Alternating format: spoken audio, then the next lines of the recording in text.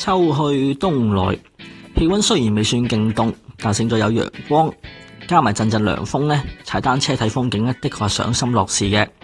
咁開箱男最近揾到件 Acer 出品嘅智能單車錶 Explorer X5， 聽講呢產品仲兼備錄影功能，話晒突破盲腸嘅誠意之作，就睇下佢乜副 fit 先。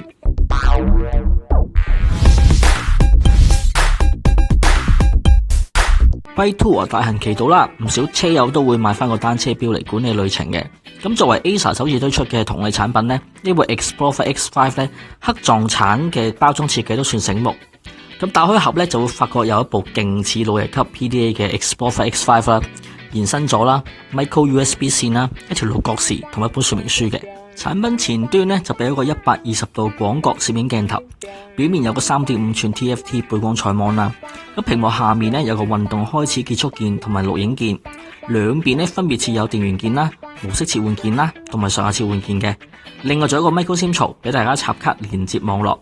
咁而附有嘅延伸座呢，仲嚟安裝喺單車手把。咁為咗防止刮花呢，就記得要笠住個橡膠套，先用跟機嘅六角匙扭實，再對準單車錶同埋延伸咗嘅損位方向插入，再扭翻正呢，就完成組裝噶啦。另外啊，產品都備有防震同 IPX7 防水等級，所以出門郊遊玩呢都唔怕撞壞機噶。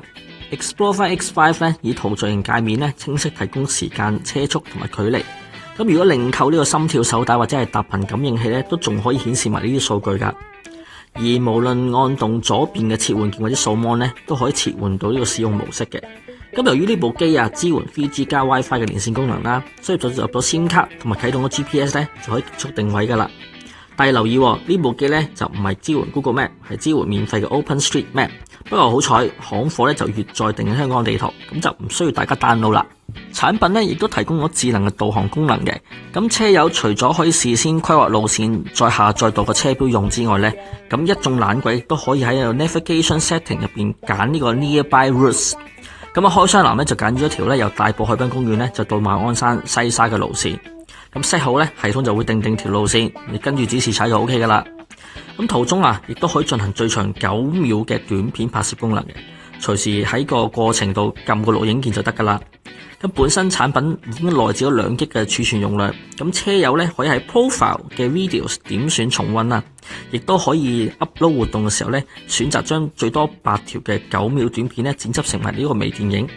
咁不過呢，試過上載活動或者創建影片嘅時候呢，就部機呢就冇呢個進度嘅提示嘅，就認真唔夠 user friendly 啦。